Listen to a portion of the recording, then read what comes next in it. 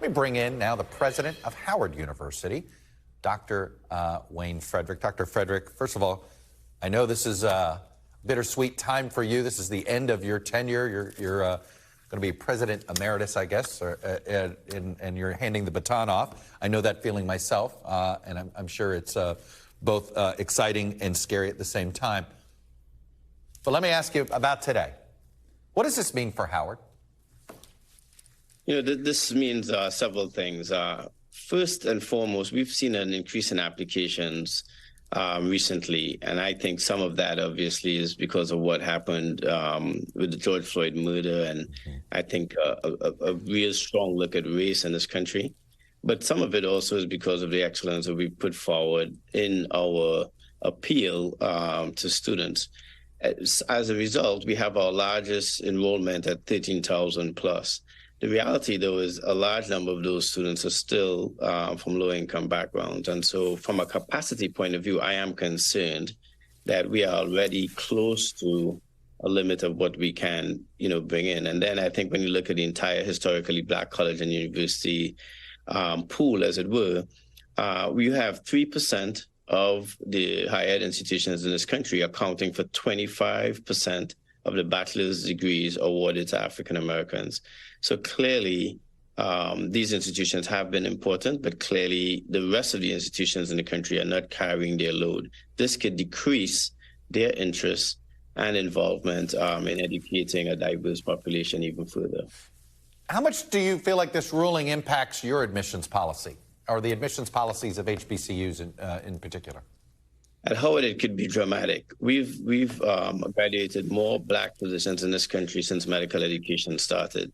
And in our medical school application process in particular, we have a supplemental application that speaks to whether you're from an underserved or underrepresented minority population. It speaks to what your experience was like in high school. Was it a disadvantage circumstance? And also, what is your intent in terms of future work to work in such a community? My concern is, despite Justice Roberts' opinion that he wrote, he specifically outlined that you can write that in an essay. Right. He specifically didn't say you can ask that question.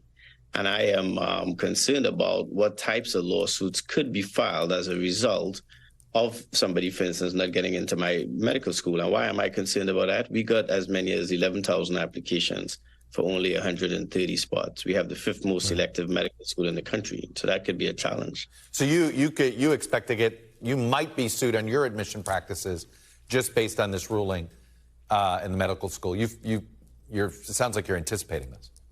We definitely are going to have to anticipate this, and we definitely are also going to have to prepare ourselves to defend our position because of how important our production of Black doctors and the overall health of Black Americans has been. Let me ask you a larger picture question here. The case that was brought against Harvard involved Asian American students. So how do you parse the idea that you had students who believed their race was impacting them negatively? I mean, this is what it almost were pitting minorities against each other.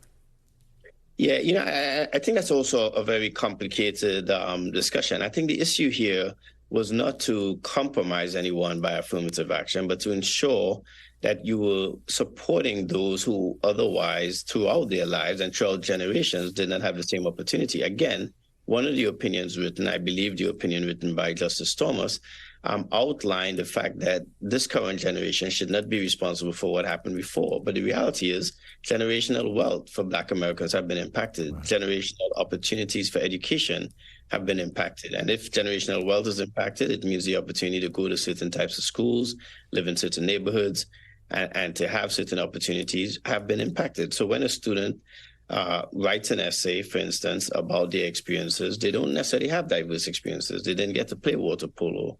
They didn't get to go to concerts, etc. So I don't see how it doesn't hand down. And on the issue of Asian Americans versus, others, I think, again, it's about educational opportunities that people may have had coming through the system and trying to make sure that you're giving an opportunity for everyone. And if you look at Asian American admissions, they've been consistently on the rise at highly selective schools. And I don't think that has been compromised by affirmative action. Thanks for watching our YouTube channel. Follow today's top stories and breaking news by downloading the NBC News app.